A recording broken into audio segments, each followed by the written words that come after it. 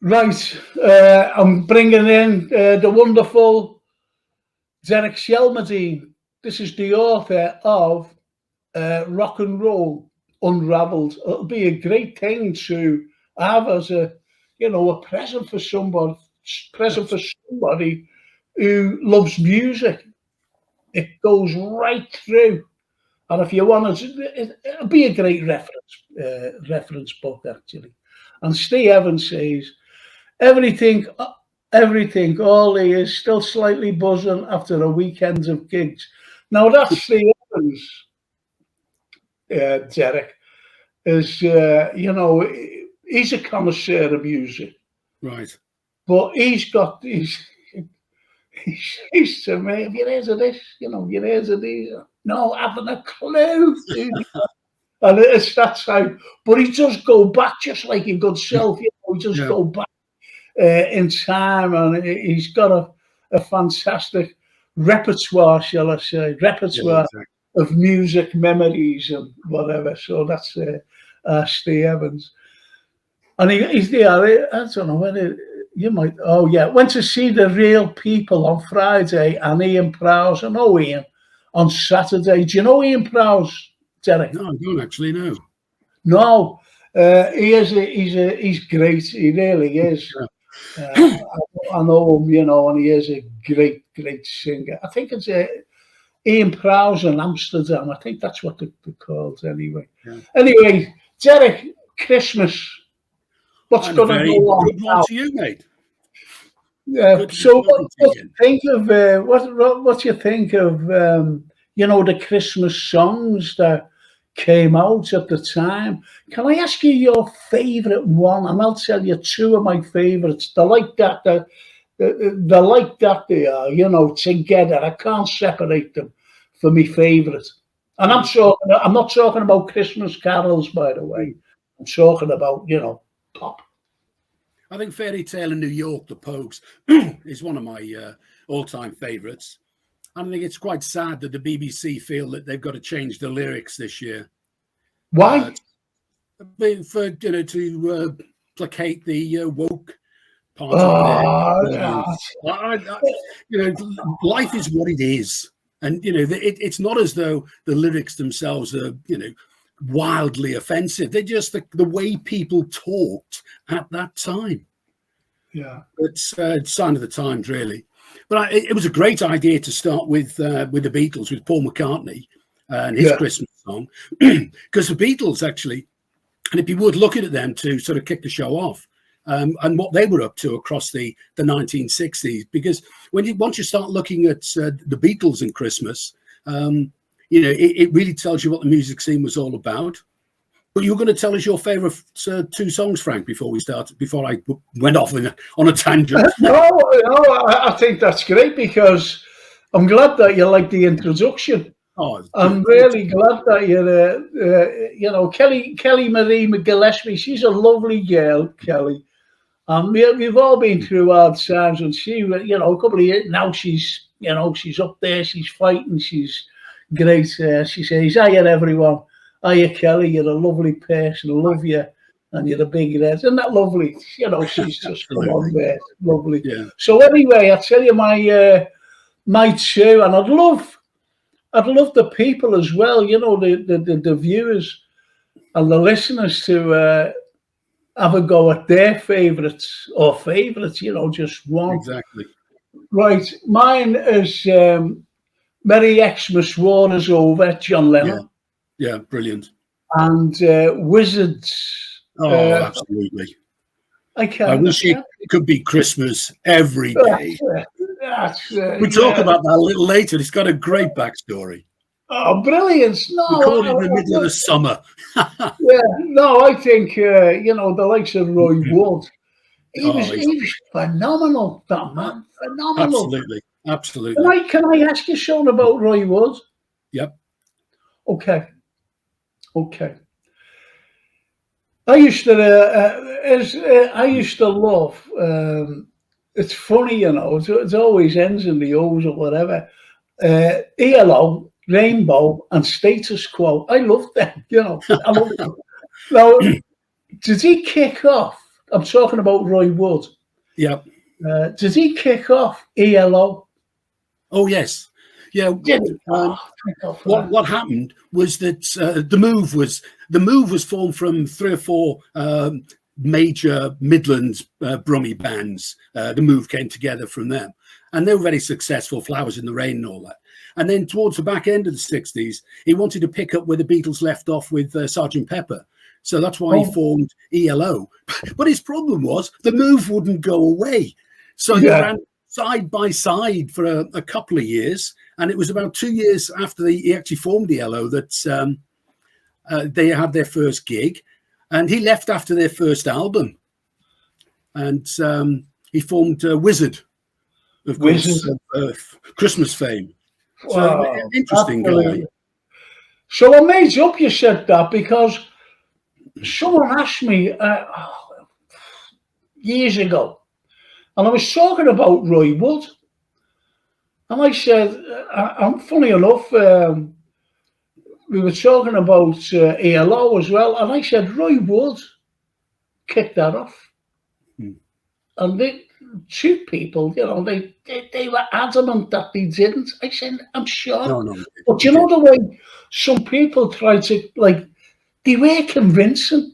And for years, until you, and I've been meaning to ask you, you know, since the time that you've been coming on the show, but it always slips me mind, about Roy Wood and ELO, and I made up, you've answered it. So I've been vindicated. Absolutely. Long last. So go on. What about you? What about your particular Christmas songs? Well, I mean, Fairy Tale New York would be probably my favourite. I like Greg Lake as well. I Believe in Father Christmas. I think that's a great song. And it's a great sentiment. I love the last line. The Christmas you get, you deserve. And I think that's a great last line.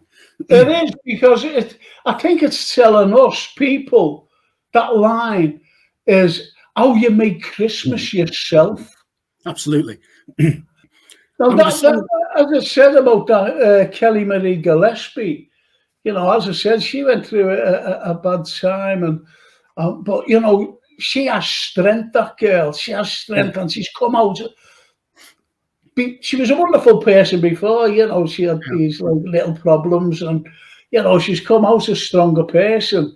And I think that line, you know, it's what you make it. You know, if you like, it's how you make it. It's how, and she will make, you know, as she has been making now the last few years, absolutely, a wonderful Christmas. And that's the type of line what you've just said. The last line, it's what you deserve.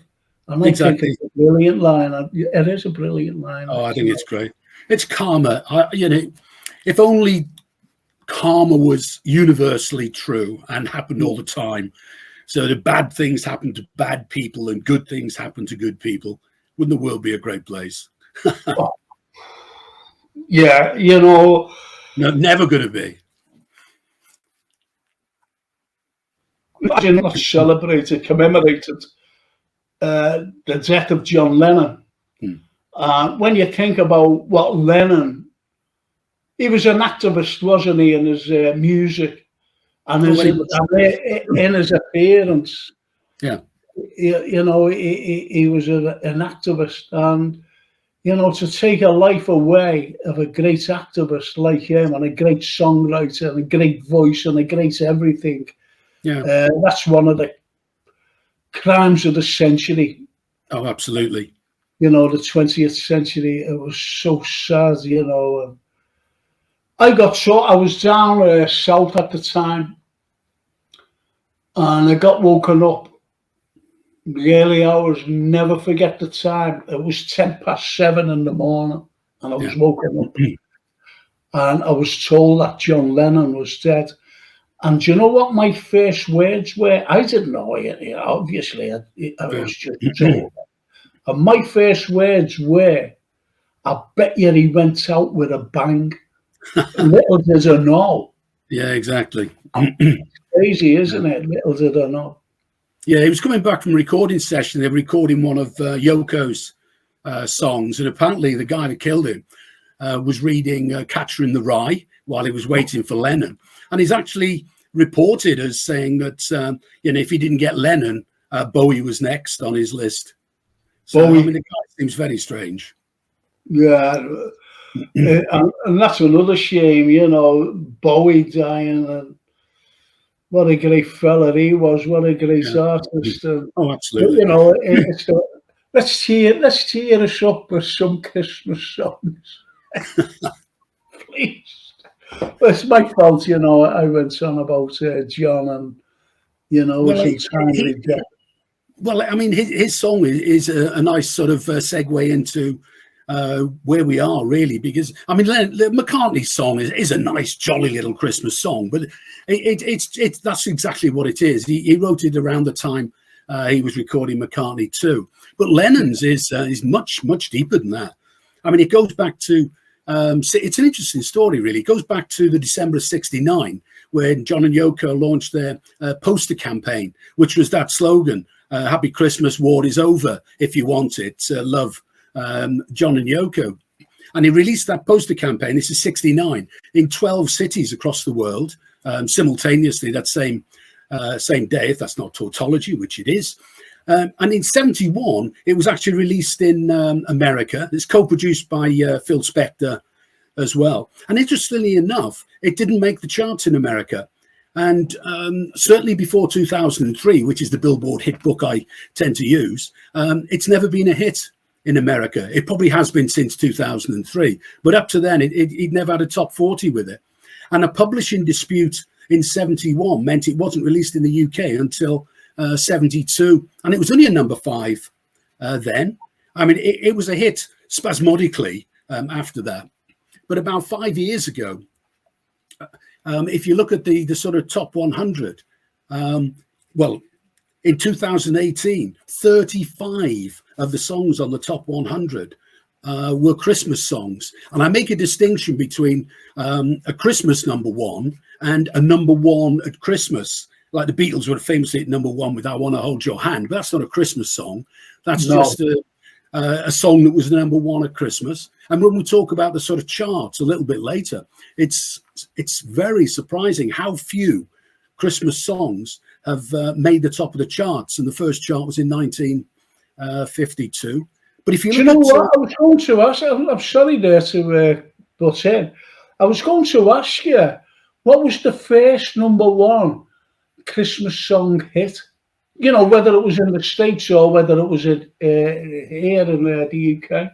Well, I'm only really looking at the UK. What's interesting about, because I've looked at Christmas hits in America, and they don't seem to have many, actual Christmas songs in America, anything like the UK. But the answer to your question is 1955. The first chart, NME, was November '52. And the first Christmas number 1 was Dickie Valentine with Christmas Alphabet. Yeah.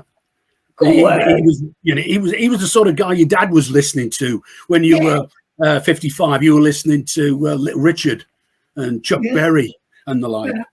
And funny enough, you mentioned him. There's a fella who lived by us, older than us, I think his name was, John Swan, his name was. And he was the image of Dickie Valentine. And that's what they used to call him, Dickie. And he had his hair like him and everything. He wasn't one of these fellas who, tried to dress up like Dickie Valentine. He just looked like him. Yeah. He was a big star in the 50s, Dickie Valentine. Yeah, big star. Yeah, interesting. See, the Beatles never released, as the Beatles, a Christmas single. They just released, their normal Beatles songs. So it wasn't until, Lennon's was a hit in the UK in '72, Paul McCartney's '79. Then George Harrison had a number 38 with Ding Dong, which technically is more of a New Year song than a Christmas, but it was a hit, a number 38 on the Christmas week chart. And Ringo didn't release a Christmas single as such, but he did in 1999 release an album called I Want to Be Santa Claus, which I thought was rather nice. And the inevitable White Christmas is on that. It's sort of a selection of a lot of Christmas classics and one or two others. But they did release across their entire careers, like Christmas '63 through to Christmas 69, they released the flexies to the fan club, which were later compiled into an album and got an official release. I forget exactly when, the late 80s or the 90s, I think it was. So the closest they came to a Christmas single was actually just the flexi disc 45 to the because the Beatles they wrote and recorded songs. I'm sure I'm right. Well, you're going to clarify if I'm right or wrong. Didn't he just do these little songs for the fan club? They were just sent off to every member of the fan club. Received theoretically signed copy of the EP every Christmas across the years. But in terms of live shows as well, in 63 and 64, they did sort of a couple of weeks over the Christmas New Year period in London at the Astoria in Finsbury Park and the Hammersmith Odeon. What's interesting about those, if you look who was on the bill, on the 63 one, it was Billy J. Kramer, Cilla Black, Tommy Quickly, who were all managed by Epstein, the Barron Knights, who used to do all those parody songs, and Rolf Harris, interestingly enough, was on that 1963 one. And in terms of how much it cost, I found a poster of the event, and the ticket prices were from 5 to 15 shillings. And I converted that. Well, I looked at what a conversion would be, and that's from 12.50 to 37.50. So you could see the Beatles. People saw the Beatles in money by today's standards, like 3 pints of beer, for £12.50. Can you imagine that now? That's incredible. Ticket prices. Yeah, absolutely incredible. Absolutely amazing. Do you know? Have you got any idea about Driving Home for Christmas? You know that one? Oh, Chris Rea, Driving Home for Christmas. Chris Rea. Have you got any idea about that? Yeah, that's a great song. I heard him being interviewed about that, and it came about when it was right at the beginning of his career, when he was all over the place trying to get work and trying to get record deals and trying to get this and that, trying to get noticed, basically. And he was in London. He'd been down for an audition or something like that. And apparently coming home, he really was stuck in very, very heavy traffic. And he finally got out of London. And, it was the elation of getting back into God's own country, as it were. I think I've got a feeling his wife picked him up in the car. They had this beat up old something or other. But that's another classic Christmas. It is, isn't it? It comes out, every year, you hear it on the radio. Oh, they do now. I mean, the Christmas songs from the 70s and 80s particularly, I mean, they're hits now every year. I mean, all the songs we talked about today are on that. I had a quick look at the 2018 chart because I did some work on that a couple of years ago, and I couldn't believe it when I delved down and counted 35 actual Christmas songs. So they weren't like other songs that had been number one at Christmas. They were all your Christmas classics. Bing Crosby was on there, Lennon was on there, McCartney was on there. Absolutely brilliant. But the Beatles tell the story of the era. They actually had a number one album, Beatles for Sale, in 64. And if you look at the top 10 album chart for that particular week, Beatles for Sale was at number one. At number two were the Bachelors, my dad's favorite group. And then at 3 was the Rolling Stones. 4, Jim Reeves, another one of, the parents' generation's heartthrobs. The Beatles were actually at number 5 as well with Hard Day's Night. And they'd knocked themselves off the top spot with Beatles for Sale. So Beatles for Sale replaced Hard Day's Night at the top. And then here's one that wouldn't be in the top 30 now, or top anything. The George Mitchell Minstrels were at number 6, very popular. I mean, Saturday night, the minstrel shows were getting some of the highest viewing figures on BBC. Well, the thing is, you couldn't do that today, could you? Well, no, I think that's probably unlikely to go anywhere. But then you look at number 7, and Val Doonigan was there. On his rocking chair, almost certainly. And, if I remember correctly, he always had knitted jumpers on. Oh, actually, he was famous for his knitted jumpers. Yeah, Well, and he was another stalwart of Saturday nights, Saturday evening television. And then Roy Orbison, actually, Jim Reeves is American, but Roy Orbison, the only, if you like, rock and roll American, was on the chart. And what that's telling you basically is that, you know, the Americans had long since, thanks to the likes of the Beatles, and particularly the Beatles, they'd long since stopped dominating the British charts. Because 64, the Christmas of that, we're now in what was called the British invasion after the Beatles went on the Ed Sullivan show and boot on other foot, and Brits dominated the American market. And then at 9 and 10, you got the Kinks and the Animals with their first album. So, you know, you got the Stones' first album, you've got the Kinks' first album, you got the Animals' first album on that top 10. Do you know what? Do you know when you mentioned the Pogues? Yeah. I was looking at what's his name? Shane McGowan. Shane McGowan. He's in hospital at the moment. Yeah, I know. And I was not Googling, I was watching YouTube, and that came on with Kirsty MacColl. That's right. And it was brilliant. Absolutely. And Matt Dillon was in it. You know, he took a cameo as a cop, didn't he? You know, dragging him in. That's right. And I see then it shot to like a performance he gave 9 years ago. Well, right. And it was terrible. Oh, right. He was, and he was, I'm not being funny, but he was drunk. He was drunk. And he was singing, like, you know, I tell you what he was singing, Dirty Old Town. Yeah. And his sounds are dreadful. I had to turn it off. Yeah, he did lose his way a bit. I mean, some people have maintained their voice and the rest of it's, right up to being sort of 80s and stuff.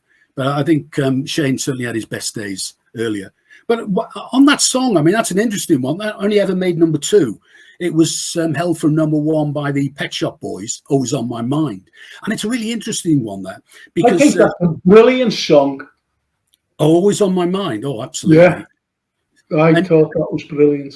Oh, it's a great song, and that came along. The Fairy Tale in New York came about because Elvis Costello bet Shane McGowan that he couldn't write a Christmas duet with Kate O'Riordan, who was the bass player in the band at the time. I think he became Costello's wife at some point in the future, and Jem Finer, who's also in the band. He'd already written and abandoned a Christmas song, so they sort of used the melody from that and reworked the lyrics a lot. And they did record a version with Kate O'Riordan. So if anybody's really into this, it's easy to find that on the internet and have a listen, because it's a very different feel to it. And what happened then? Steve Lillywhite, who was producing their next album, If I Should Fall from Grace with God, by the time he sort of came on board, and they hadn't actually put it out as a single, so they re-recorded it with Kirsty MacColl, who I think was the wife of Steve Lillywhite at the time or in the future. And the song title itself came from a book, A Fairy Tale in New York, by a guy called J.P. Donlevy, that Jim Finer happened to be reading at the time, which I thought was quite a nice story. But it's worth checking that Kate O'Riordan version out if you're into that particular song, because you can see how it developed under the different producer and different vocal skills of Kirsty MacColl, because she's got an amazing voice. Oh, I think she was murdered myself. I just wanted to go into a few comments here, if you don't mind, Eric. Oh, absolutely. And it's all about you as well. Right, hang on. Let me read them all. Is that okay? Yeah, absolutely. Okay. It says, I loved it when Mark Kinney says, I loved it when a reporter asked John Lennon, how did you find America, John? And he replies, I turned left from Greenland. Yes. And he carries on by saying that. He did say that, didn't he? Typical then. Oh, yeah, absolutely. He said, and Mark says, Derek, did you know that John Lennon performed in 1974 in a concert in New York with Elton John? Oh, yeah, that's it. Sorry, yeah. I'll just finish these off if you don't mind, please. No, I've only got absolutely. 2 more comments to make, and then you can answer them. Right, and Stephen Snape says, he says, when the idea for Band-Aid was dreamt up in 1984, those who weren't invited were going to do a spoof version of their own. Madness, Buster Blood Vessel, and UB40 were going to call themselves Elastoplast. And he just finishes up by saying, true story. That's what Stephen Snape says. Yeah. And hang on, Brian Edley, I don't know who he's talking to. He can't be. He says, almost got me there, lads. You on the drink? Oh, you plastered. That's he's talking to Stephen Snape. So, like getting back to the Christmas songs. Yeah. Getting back to the Christmas songs. How can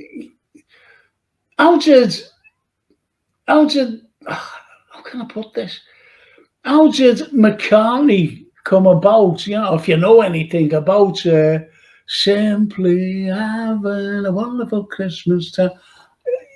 Was Linda involved in that? Yeah, Linda. He produced, wrote it, and pretty much performed it all himself with some help from Linda, because it was the time of his second Paul McCartney album when he was doing just about everything. I mean, that's where their famous joke about Ringo not being the best drummer in the world, not actually being the best drummer in the band. That's because McCartney did play, and did play on 1 or 2 of the records. I think on White Album. Ringo walked out during White Album. That's right. Ringo walked out, and like George Harrison did in the Get Back. Ringo did exactly the same thing, and enough's enough. And he went off for a couple of weeks, spent it on Peter Sellers' yacht. That's where he wrote Octopus's Garden. But I think they were recording back in the USSR at the time, and he wasn't there. So McCartney plays drums on that. Back in the USSR, really? I think that was the track, yeah. Wow, it's only one of them. But I knew that. I knew Paul McCartney, can play a variety of instruments, and he can also play lead guitar. I did that then, You always do, don't you? And I know that he can play lead guitar. Besides, he's a fantastic bassist, actually.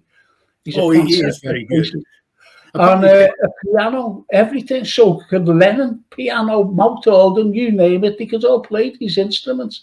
And that's what you call proper musicians. Oh, absolutely. I mean, it's Lennon's harmonica on Love Me Do. Yeah. And he's often seen playing at the piano in his house when he does Imagine and all kinds of stuff. He's often doing that. I think Lennon, started off on the banjo. I think that was the first thing he was taught. And I think Paul McCartney started off on the trumpet or the trombone, because his dad was a famous, I think he was trombonist, his dad. He was on the trumpet, it was brass section in a local dance band. So he was quite a big wheel in the local Liverpool big band scene before the beat groups started. So, they all came with a bunch of instruments. I mean, the Beatles, for a long time before they were the Beatles, they never had a regular bass guitarist. Well, they did have to have Stu Sutcliffe was the bass guitarist.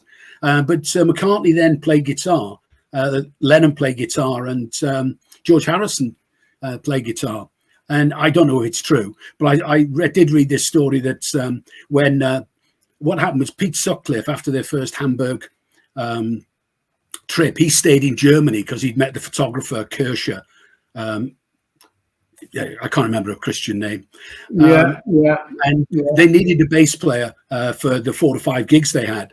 So they teamed up with Pete Best's bass player from his band. He stood in for just over the Christmas. Then he went back to college.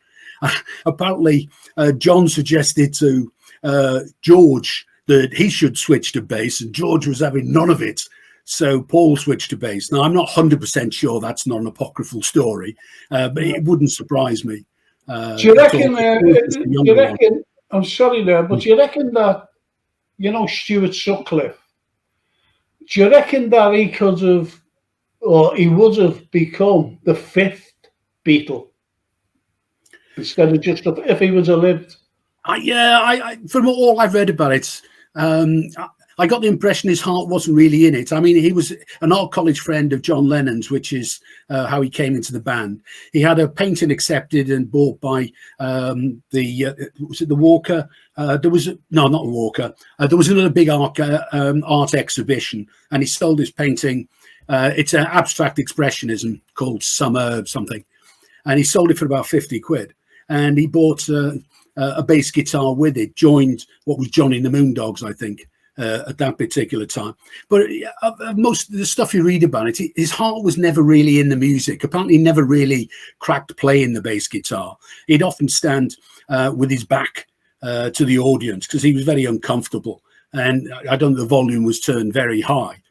You know, he didn't even bother going back to Liverpool with the others at the end of the first Hamburg trip. You know, he stayed over, so it forced them to firstly get a stand-in bass guitar, and then you know, one of the other Beatles, Paul McCartney, switched from 6 strings to 4 strings. He hadn't technically left the Beatles because when they went back for the second Hamburg, he did play on stage with them sometimes. So you know, he was always a sort of transient member. I think. I mean, it's arguable to say that Pete Best, in different circumstances, might have stayed with the band.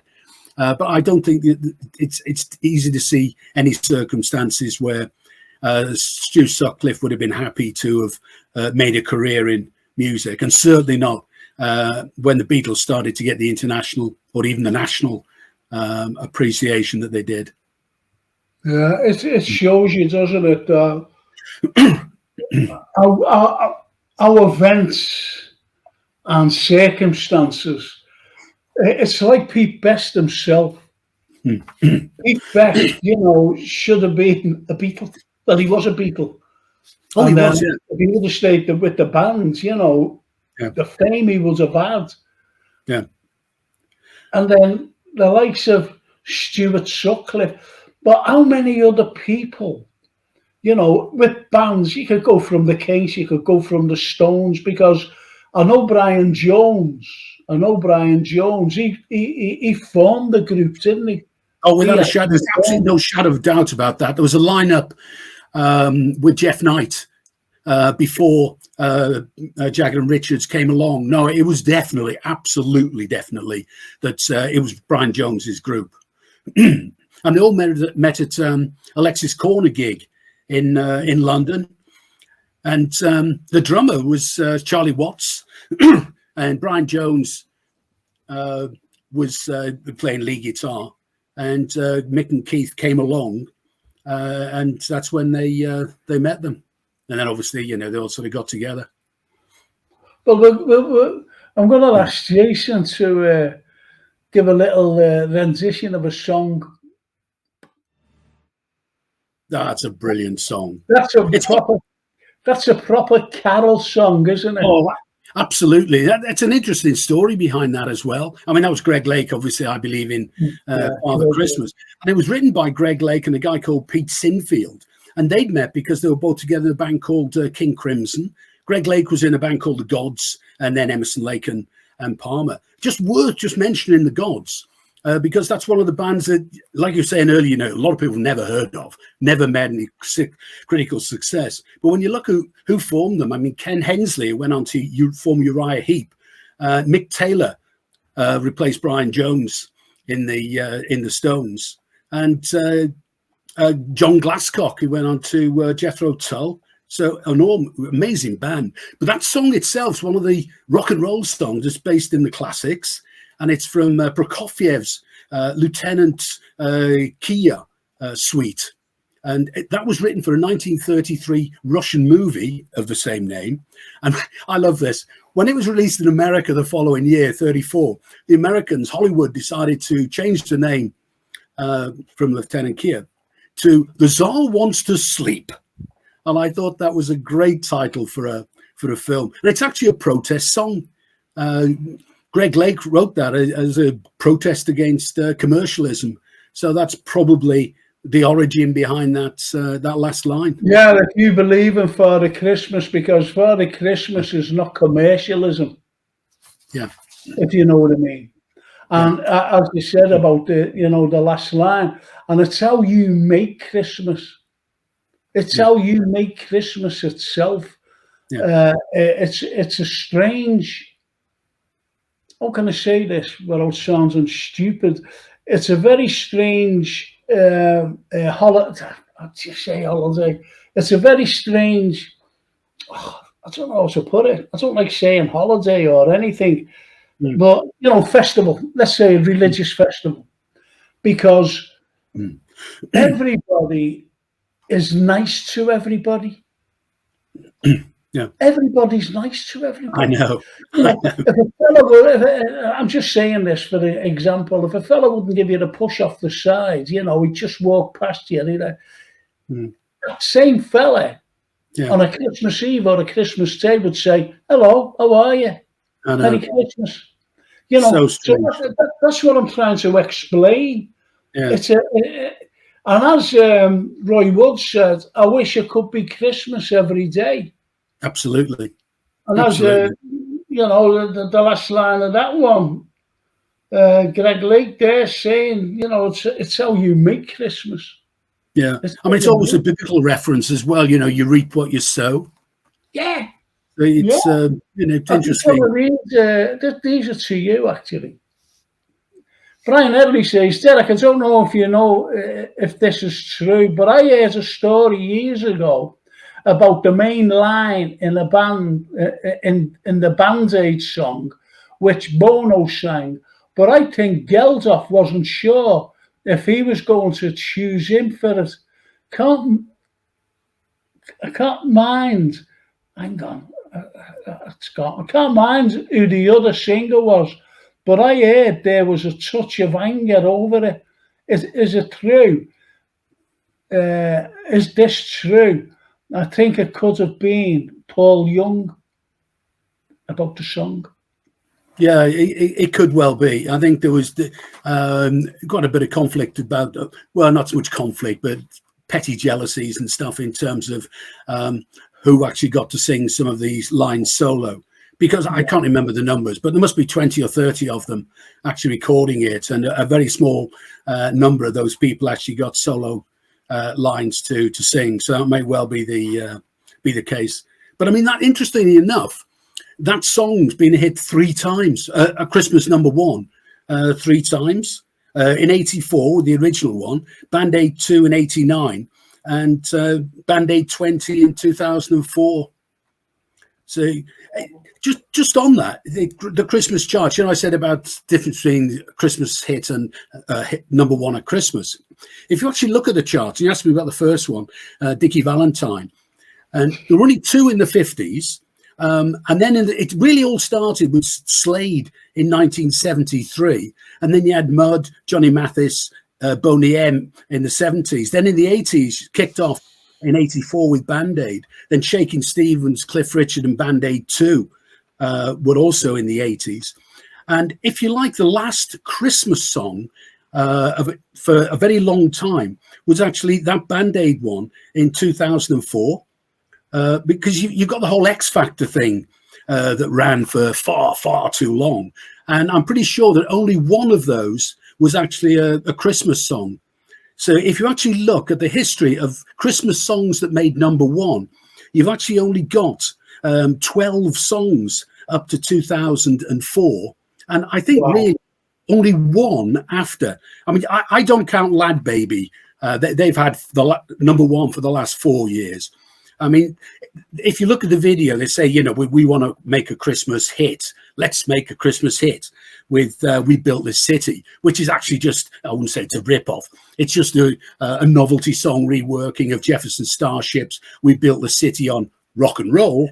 And the good Lad Baby people built their city on sausage rolls. So, the fact that they refer to Christmas in the video, to me, doesn't make it a Christmas song. So I think that's really quite scary. That over a period from 1952 to this year, or last year, we haven't had this year's yet, you've actually got 13 songs out of however many years that is. And it's got a fair few notes on it, as it were. That actually Christmas songs. I found that quite amazing when I actually structured it and discovered it like that. The thing is, as well, when we associate Christmas with songs, what's the one song that everybody associates Christmas with? Slade, it's got to be. I read somewhere last week that he reckons to make £500,000 a year in royalties off that. For years, he's called it his pension. I didn't realise it was actually quite that much. But I mean, there's actually a great backstory to that.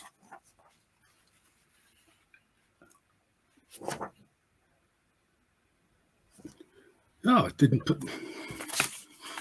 I didn't actually put the note to that, but I can remember most of it. I mean, what happened? I mean, that was the very much the start of the Christmas #1. And what it was, he'd written a song called something like My Grandma's Rocking Chair some years earlier, back in the in-between days. And again, that didn't go anywhere. So Chas Chandler, who actually managed Slade after he left Hendrix, he spent the next that 10 years managing Slade quite successfully. And he said to them, you ought to make a Christmas song. So they picked up that old lyric. They put a new tune to it. And what it was the year 73 is the time of the 3-day week, and everybody was on strike. And it was generally not a particularly a lot like now, really, in the sense of, there were blackouts every year. Everybody was on strike most of the time. Life was very tedious if you ever wanted to try and do anything.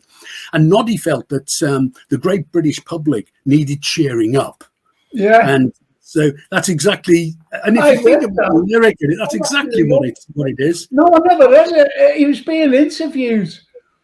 I'm talking only the last few years, not at the time, when he was singing it or anything. And he said, to be honest, he said, the country was down in the dumps, so we needed to get everybody up and dancing. So he said, that's why I really, went into it. Yeah, and that is the song. And I hope Jason's there, because remember when I said, two of my favourite songs? Well, one was played, that Christmas War Is Over, and I'd like him, if he's still there, to play the last. That is a Do you great know the song. background to that at all? Oh, absolutely. I mean, that only got to number. I'm sorry? I said, can you give us the background before? Oh, absolutely.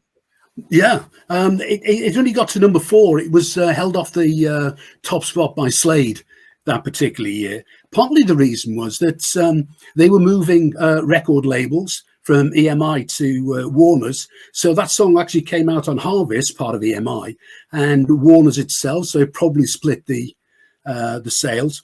But it's lovely. If you look at the records label, and you look at the vocal backing, and I quote, this is what it says on the record label, the vocal backing was: the Swadettes plus the Stockland Green Bilateral School first-year choir, comma, added noises, Miss Snob, and Class C. I think that's the best record credit I've ever seen. That's brilliant, that.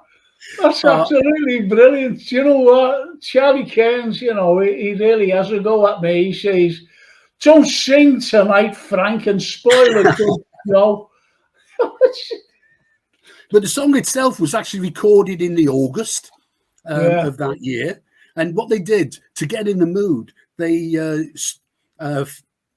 decorated the office with Christmas decorations. They turned the heating, the aircon down to Arctic, brought fans in to make it even colder, and then played in overcoats to get into the Christmas spirit. And part of it was recorded in a corridor as well to get more atmosphere. They did reputedly have a custard pie fight on Top of the Pops in '73 as well with Slade, but I've never managed to find any footage of that. But it will be. My little granddaughter came in one day, and I just had to tell you, I'm going back when she was a little girl, still a little girl, but when she was about 3 or 4, and she came in, and what was playing And I always thought it was a great song myself, personally. Christmas song, if you know anything about that. And it was Shakin' Stevens' song. I can't remember the title. Yeah, that's something like "I Wish It Could Be Christmas Every Day," but it isn't that, obviously. But it's a No, title very yeah. like that. And what you see, what you see in the video, you actually see him in Lapland, and he's, he's on a sleigh, and and everything else, and lots of jingle bells, if you know what I mean. Yeah. Why did I do that? Being a jingle bell, mate. Method acting. Stanislavski. It's funny how you do the actions. You say, well, when I rang them up, and you're doing the action. But anyway, I've got to finish it now because we've got a clip to play. Derek, I'm going to talk football, you see, after this. Right. Obviously, the World Cup. If you want to stay on, by all means, but you don't like football, do you? To be honest, I have not got a lot to contribute. I know absolutely nothing about football. Yeah. I'd love you to stay on, but it's just. But I don't know. Just keep on if you like, and I might go back to the songs if no one's going to come up. And okay, I'll stay in the background then, because you could talk about Cliff Richard. I mean, you can't really have a Christmas conversation without the hit machine at Christmas that was Cliff Richard. This is it.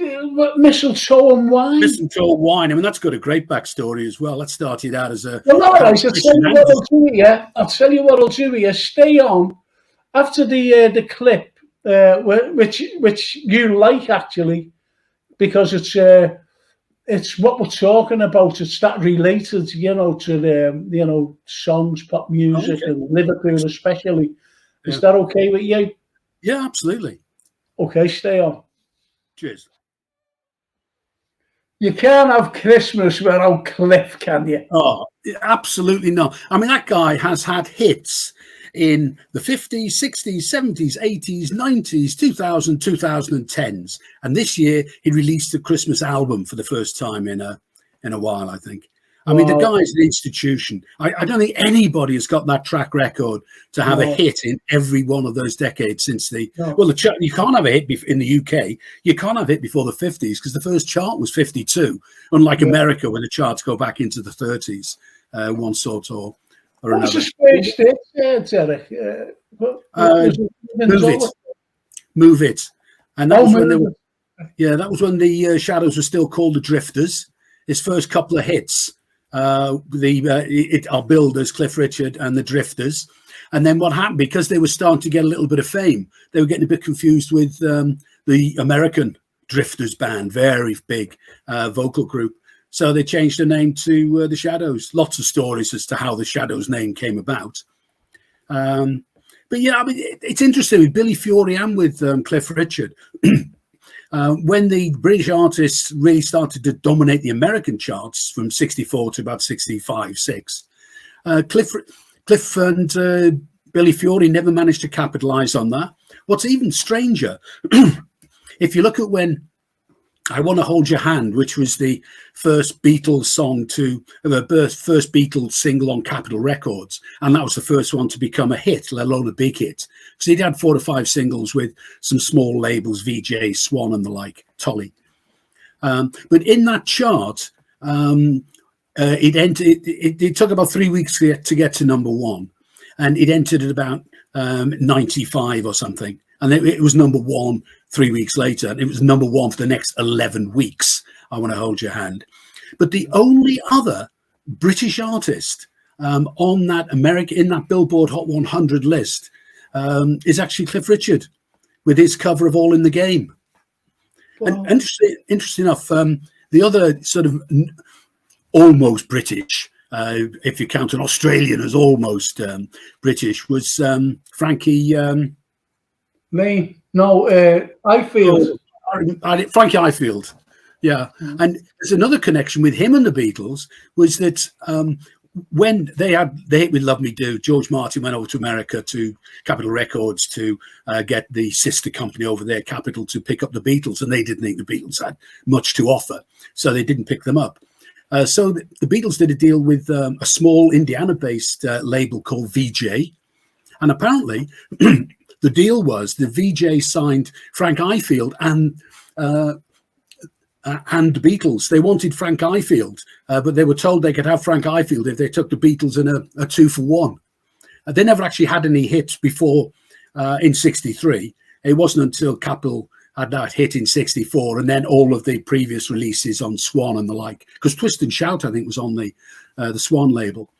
And they were all hits then, because the Beatles had very, very large number of hits in '64 in America. Everything they touched turned to absolute gold. Well, the thing is, when you mentioned about Frank Ifield, there's a lad singing now today, is Paul Keenan. Yeah. And Paul Keenan, you know, he's got one of those like high voice things, yeah, as you have. Anyway, Frank Ifield got hold of him, and he was doing a tour a few years ago, and he asked Paul if he could get the notes, because Paul sang some of his songs in his, in his act, and he said, "Yes, sure." So Frank Ifield sing, I say, like, "I remember you." Yeah, like, exactly. I remember you going on. And then when he couldn't hit the high notes, you know, the rehearsed it, he came in and sang. Wow. And he was with him. And, you know, Paul rings me up now and again, and he rang me up this day. And he said, "I'm with Frank Ifield, you know." I said, "Are you?" He said, "Yeah." He said, "Do you want to have a word with him?" And I went, "Yeah, all right." I was just speaking to Frank Ifield, you know. Brilliant. Absolutely brilliant. You know, yeah. Frank Ifield, but he was in Australia. Yeah, in Australia at the time, and there's me speaking to him, you know. Which brilliant. Is, you know, I said to him, I didn't know what to say to him, and I said, "Have you ever had kangaroo meat?" He said, "Yeah." Yeah. Kangaroo meat. Anyway, I just want to say, you know, Mark Kinnish says, "Frank, was that video clip done 10 years ago?" Yeah, it was actually. Tony Barton says, "Great clips once again, Frankie. Thank you, Tony." Charlie Kane says, "Oh yeah, there's something for you." Oh, Mark Kinnish, before I go to Charlie and Mikey and Brian, I love Cliff Richard Christmas one. He did called Saviour's Day. That's what he says. Charlie Kane says, "This is a good one. English Face #1 was Al Martino, Here in My Heart." That's right. And Mikey Lee says, "Late on parade, Frank." Mikey, you're forgiven. Brian Edley says, "It's amazing that, lads, after all the great American soloists and bands, there was very few Xmas songs." And that's what you've been talking. That's what Brian Edley's been saying, you know, and what you've been saying. Very few Christmas songs. I mean, Cliff Richard is the absolute pinnacle of success at Christmas.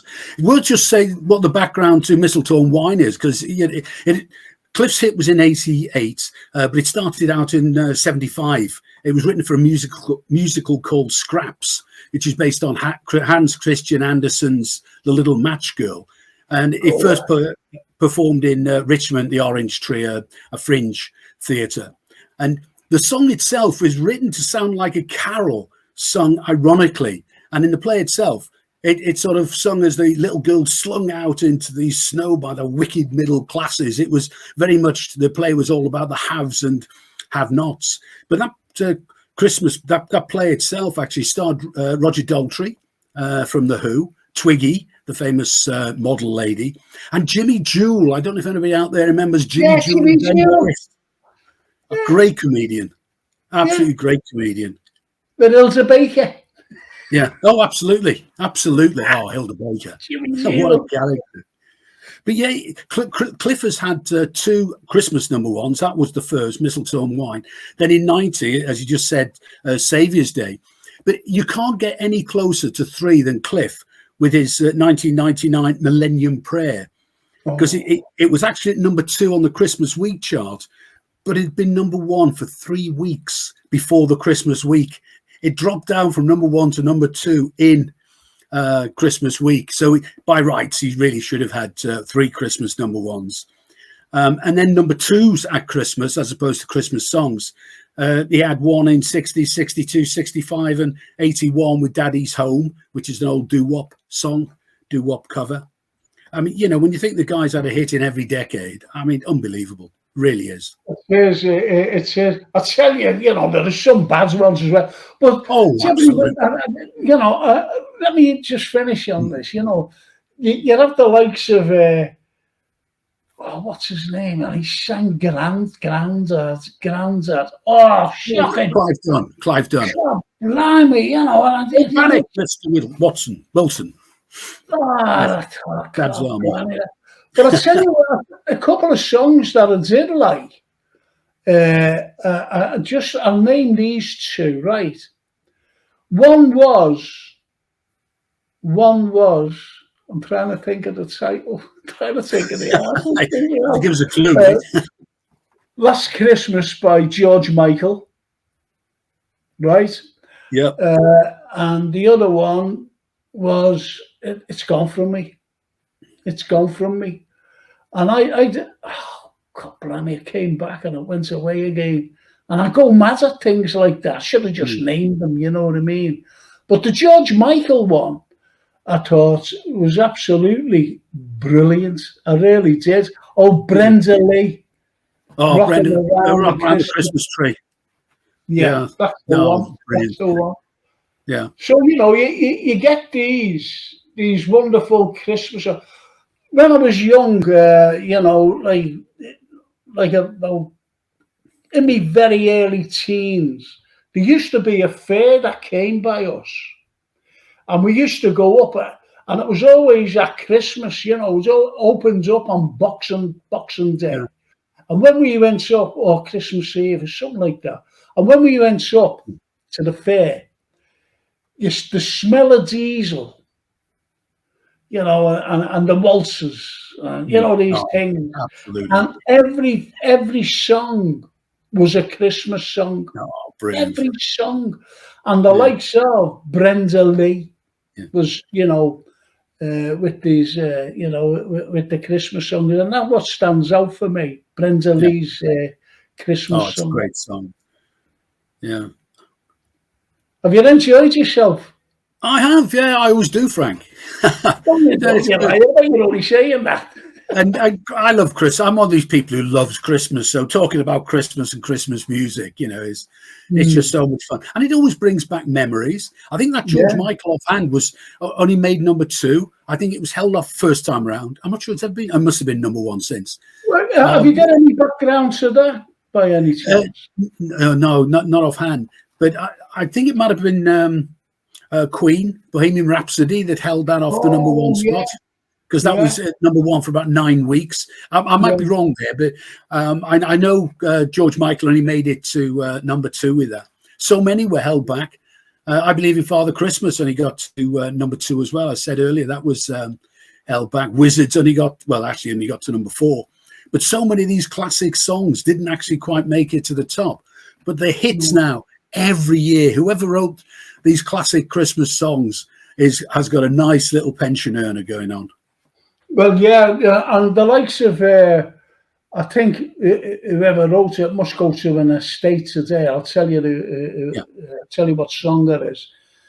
And I think it's the most, I'm not saying covered song, it could be actually, is White Christmas.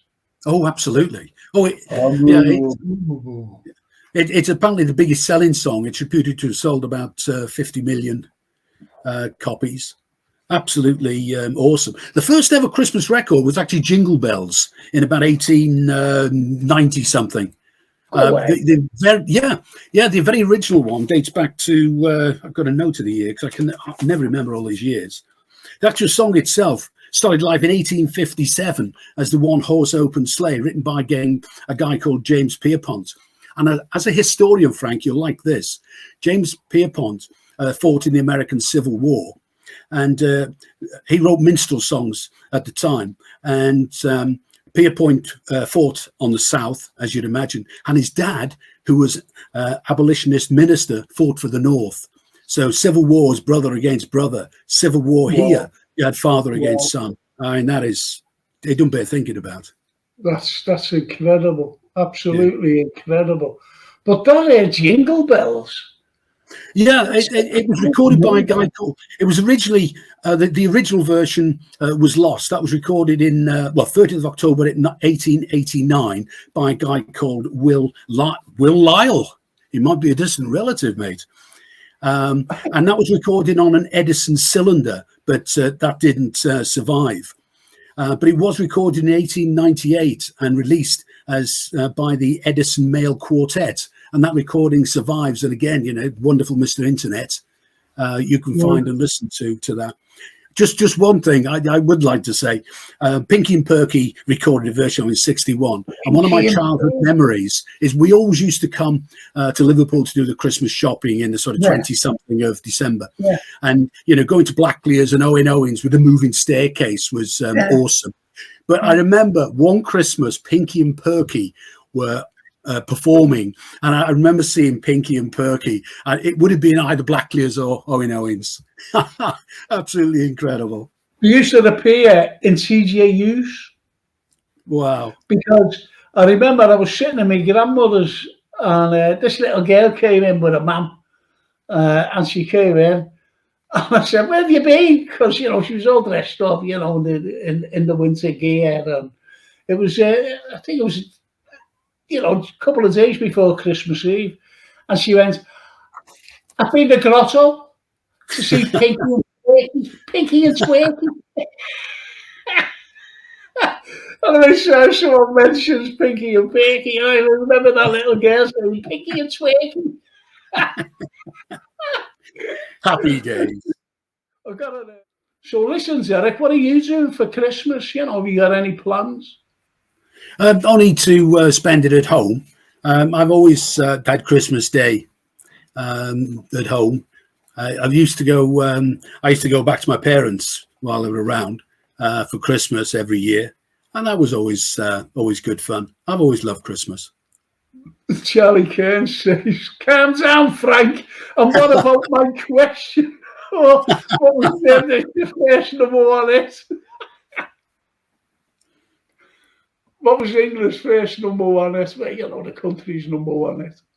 Yeah, I think it was probably that Al Martino that was mentioned earlier, because the first chart was the middle of November 1952, and the chances are it would have been there for 2 or 3 weeks. I'm not sure 100% without checking, but certainly Al Martino might be a good bet.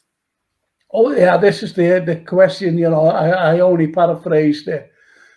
Trying to remember, and he says, "What was the first English number one for Christmas?" Oh, English number one. I don't know offhand without having a quick look at the charts down the years. You mean by an English artist? That's just a question. What was the first English number one? I don't think that it'll be. It could be any artist. Could be American. Could be anybody. Well, if it's American, it was probably Al Martino. I can't remember if he was still there at the end of '52 when the first charts were there. But the British charts didn't start till 1952. Unlike America, that's probably the question, as opposed to American number one. The American charts have been around. America's always had lots of different charts. They still do. They have R&B chart. They have a separate country chart. They have the pop hits, Hot 100 chart. Whereas we've only ever really had the one. But he's talking about our charts. What started here. If that was being in a quiz, I would have said, first Christmas number one, English number one. In the English charts, that is, when it first came out. Do you know what I would have said it'd be? Yeah. White Christmas. No, that wasn't a hit in the UK until the 70s. I think it was a hit in 77 when Bing Crosby died. No, that's what I'm saying. That's what I would have said. Yeah. What's really amazing when you start to really delve into all this Christmas stuff is that is absolutely exactly what you think, because that's been around since the 40s. So, and it it's hardly ever been a hit in America on the American charts, again up to 2003. It's been a hit. I think I mentioned this in the last show. I think he's had 8 hits, 6 of which were White Christmas. Wow. And in the UK, it was never in the charts. It's in the charts every year now, virtually. But, you know, the stuff that you'd think would be big hits aren't. I mean, what's interesting, you've got, I mean, people like Band Aid, you know, there's only 12 songs, and 3 of those are Band Aid. And 2 of the songs are the same. Harry Belafonte had a hit in a #1 in '57 with Mary's Boy Child, and that was covered, and again a #1 for Boney M in '78. Yeah. Do you know the Band Aid? Do you know the Band Aid one? Yep. Do they know it's Christmas time? Do you reckon that? How did you find that? Honestly, how did you find that song? Not for the cause, but just the song itself. I mean, it's all right, to be honest. I thought it was good. Yeah, I mean, it's very, very good. You know, it's got a very jolly kind of feel. It's got a message associated with it. It was a massive earner for the charity. So, I mean, that's got to be a good thing. Yeah, that's why I said, you know, it's not the cause. It's been a #3. It's been #1 3 times for 3 different versions of Band Aid. Well, that's what I mean, you know.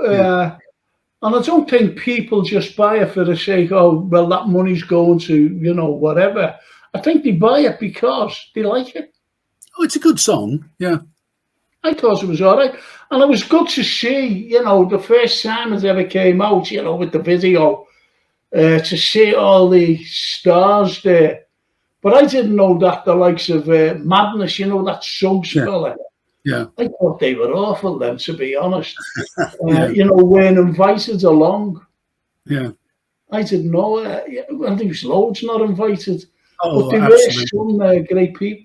Who was the first artist to sing on it? No, I can never remember, to be honest. Yeah. I know. It could be Midge Ure, it could be Paul Young. I can't remember who does the first one. I think Paul Young does one of the first 4 lines. Boy George does one of the first 4 lines. I think Midge Ure does. But I can't remember no, is it Paul Young? No. I can't remember, to be honest. You just mentioned them. Oh, right. Well, it must be Boy George. Yes. Yeah. Yeah, it was Boy George. Nearly King of the Jungle. Sorry? Nearly King of the Jungle. Yeah. I don't watch programs like that. It's funny, you know, because I never watched it. You know, like, say, like, you and I got together, and we decided to write a song, a Christmas song. Yep. Right. How would you do it? Would you be like rocking around the Christmas tree, happy, or you know, would it be something similar? You know, like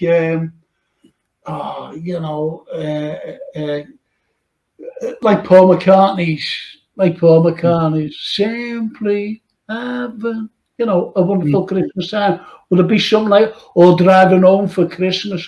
What sort of beat I'm talking about would you like if we were in collaboration with a song?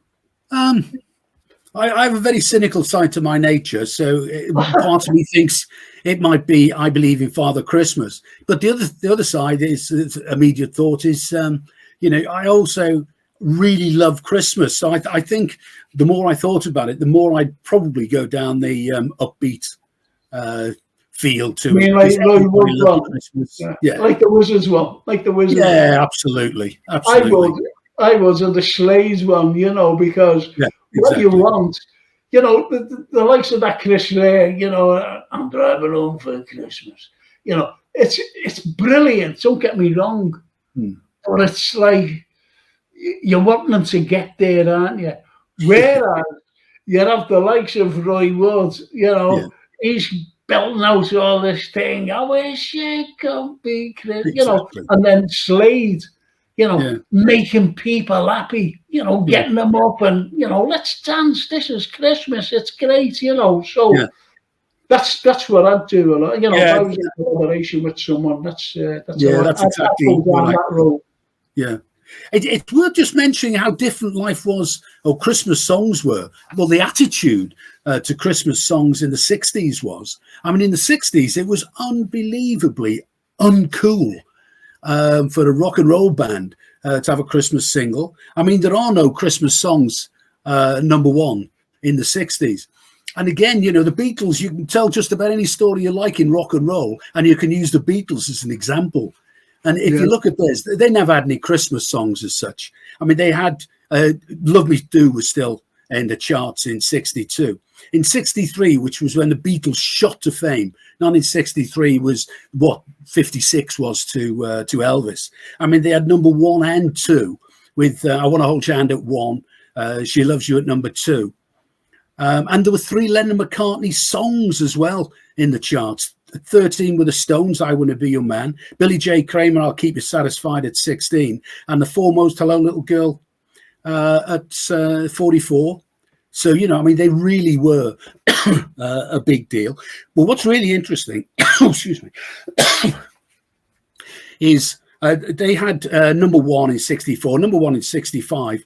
Still in 66, they completely lost interest in troubling the Christmas week chart. They didn't have a Christmas #1 in 66. They had a #1 with Yellow Submarine in the August. And, well, they didn't actually have a #1. It was not till the February that they released Penny Lane and Strawberry Fields. So, you know, they had no intention of having a record at the top of the charts. It was obviously no big deal. And I think the real irony here is if they had released not a Christmas song, but a #1 at Christmas, they almost suddenly wouldn't have lost their unbroken run, because Strawberry Fields and Penny Lane were both destined for Sgt. Pepper. They were the first songs to be recorded because they were in the studio now, January, February, to record Pepper. And EMI, because they hadn't had a single out since the previous August, they were desperate to get something out, and that was all they had recorded. So, well, the thing is, well, you know, with the Beatles and, you know, what you're going on about, I don't think that, this is just my opinion, I don't think that they could, how can I put this? You're right, it's what you said. You know, they weren't bothered. Yeah. They weren't bothered. And they weren't bothered in breaking, like, in my opinion, records, if you know what I mean, you know, one after the other. I don't think they were interested. All they were interested in was playing music. And that's absolutely. all. And the other thing is, you know, nobody at the time realized they were living through history. Otherwise, you'd have bought, you know, a dozen copies of these first albums and now be sitting on some very, very nice little earners. It's the same then. They had apps. Well, there's so many interviews when they say, how long do you think it'll last, lads? Oh, I don't know, 2 or 3 years. Nobody lasts more than 2 or 3 years. I can't see me doing this when I'm, you know, 50. But how times change, of course, you know, because what happened is really before American rock and roll, it was dance music, and you know, there was no such thing as a teenager till the mid 50s. There was no teenage market. You were just a little version of your dad. You went into long trousers when you were 11. You got a girlfriend thereabouts when you were 16. And you know, life was for like my dad and his granddad. You know, you could interchange the lifestyles very much. And then the 50s generation came along, the teenagers, you know, Rebel Without a Cause would be a landmark there, Rock Around the Clock, Blackboard Jungle, again, mid-50s, 55.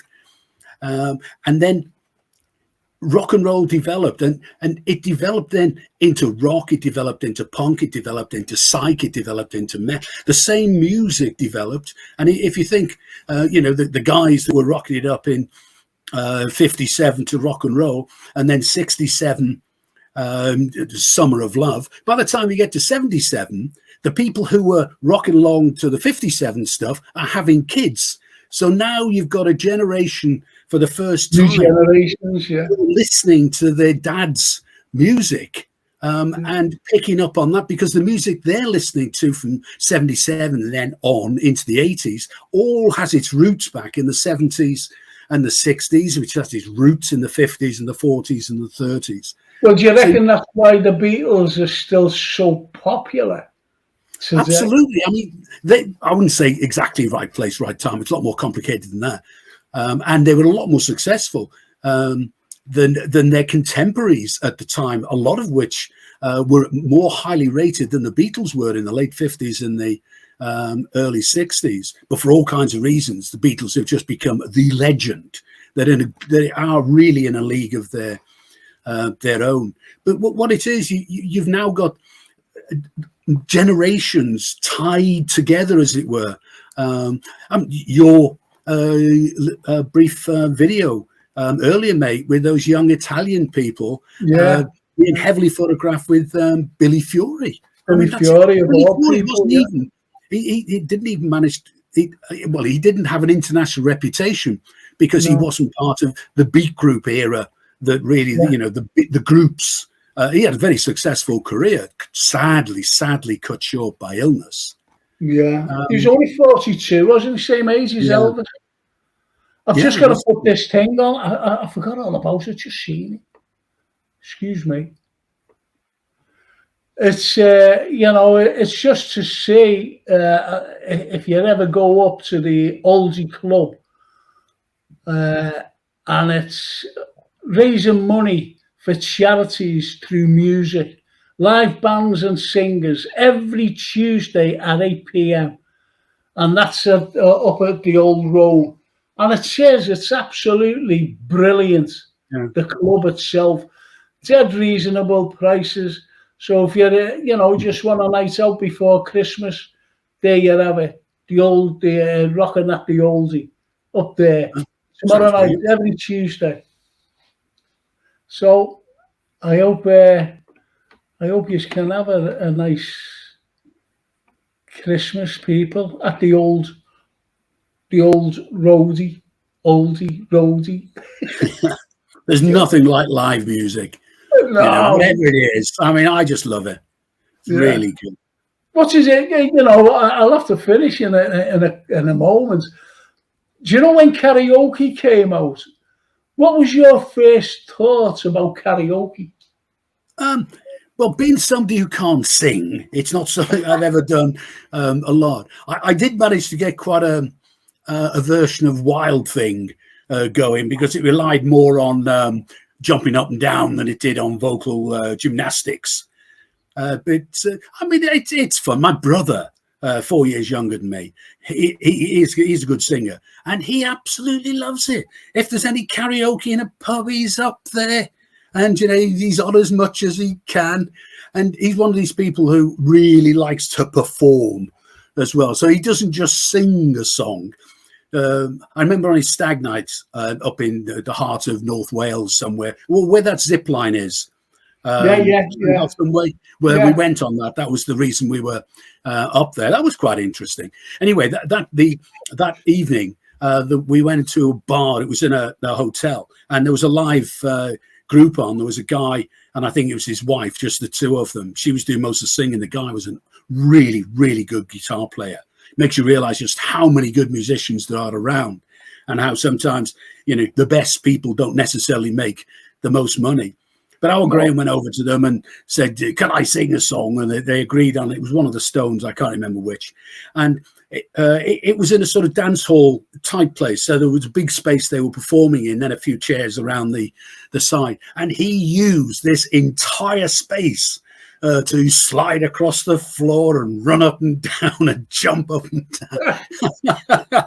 I mean, we are chalk and cheese. The first song I ever sang was, "Well, that's all right, Mama, that's all right by me." It was an old Elvis one. Yeah, right. And I always remembered this old woman coming in, honestly, coming in from wherever, the parlour or whatever it was. And there's me belting out this song. And she went like that, "You're not like Elvis, lad." And walked out.